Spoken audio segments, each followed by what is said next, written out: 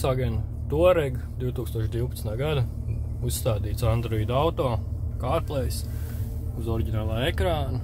Izskatās tas šādi. Strādā arī mums multistūre. Varam paregulēt skaļāk, klusāk, varam no stūres vadīt mūziku.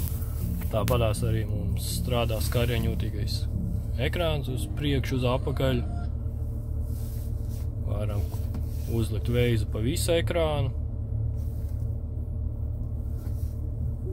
Lai izietu uz apakaļ uz automašīnas izvēli, varam nospiest kāru. Redzam, ka strādā mums visas ierastās funkcijas.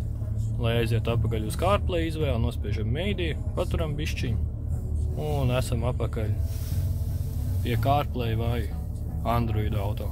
Tā kā, ja tev arī interesē šāds moderns atjauninājums uz automašīnu, tad droši sazinies.